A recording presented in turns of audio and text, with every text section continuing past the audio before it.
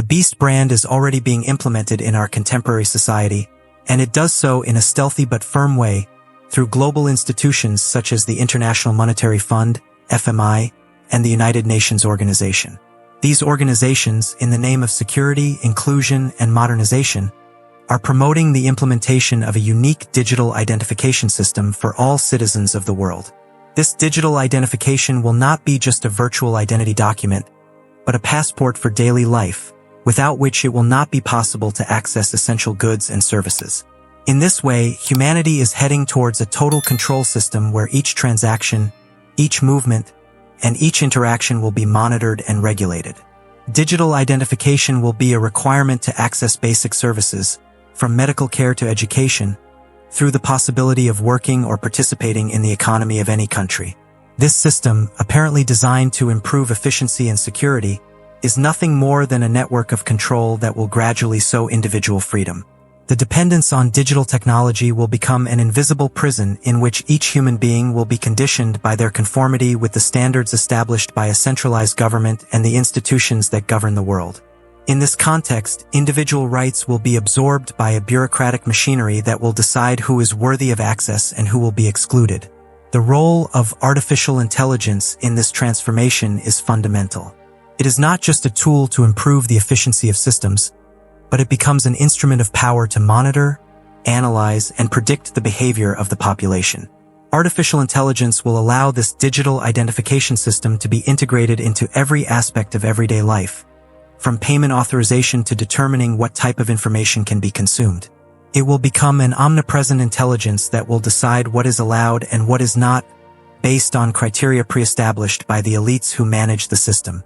This technological advance has a deep connection with the prophecy of the apocalypse.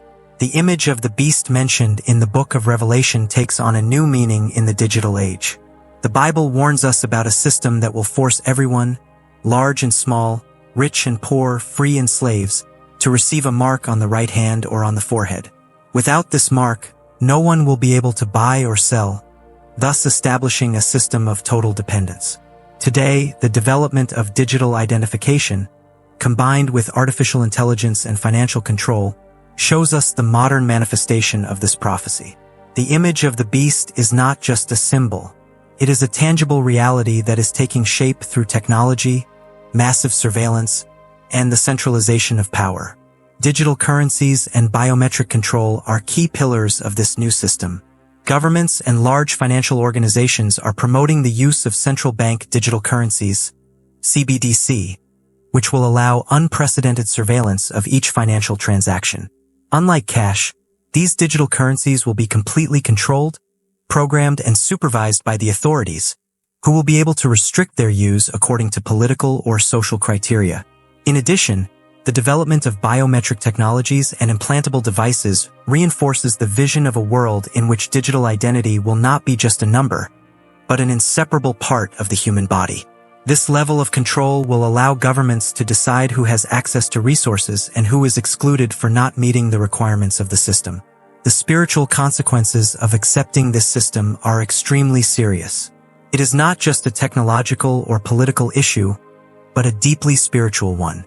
The adoption of this digital brand represents an act of apostasy, a rejection of God's sovereignty, and a surrender to the system of the Antichrist.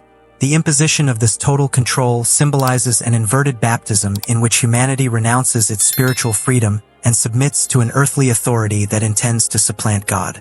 This is the real danger, the loss of faith and the conversion of humanity into a controlled mass, without their own will and without the ability to decide their eternal destiny. In the face of this panorama, the urgency to prepare is greater than ever. It is not enough to know what is happening. It is necessary to act with firmness and determination. Vigilance and faith in God are our main weapons in this spiritual battle. It is time to reinforce prayer, to seek divine guidance, and to strengthen our relationship with Christ. The prayer of the Rosary is one of the most powerful tools to resist this advance of evil, as it connects us with the protection of the Virgin Mary and strengthens us in the fight against the dark forces. Penance and sacrifice are also essential, as they allow us to purify our souls and be prepared to face the tribulations that are coming. History has taught us that evil advances when the good remain silent. We cannot ignore what is happening. We must raise our voice and warn those who still do not see reality. The battle is not only against a political or economic system, but against the spiritual forces that seek the destruction of humanity.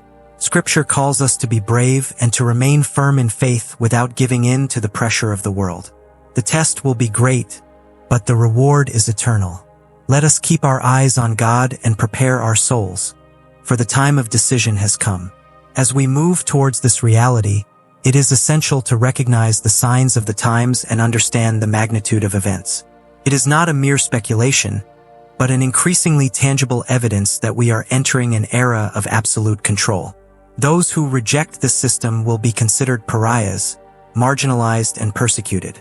However, it is preferable to face persecution with dignity and faith than to succumb to the spiritual slavery that represents the mark of the beast. Resistance must be active and conscious, based on faith in God and the strength of the Christian community. We are not alone in this struggle. The Lord accompanies us and gives us the tools to resist. Prayer, fasting, and communion with the truth will be our weapons in this time of trial. The path will not be easy, but victory is assured for those who remain faithful to the end.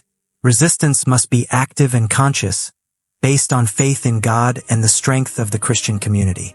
We are not alone in this struggle. The Lord accompanies us and gives us the tools to resist.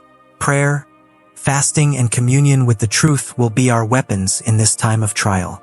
The path will not be easy, but victory is assured for those who remain faithful to the end. Resistance must be active and conscious, based on faith in God and the strength of the Christian community. We are not alone in this struggle. The Lord accompanies us and gives us the tools to resist.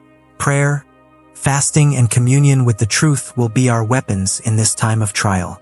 The path will not be easy, but victory is assured for those who remain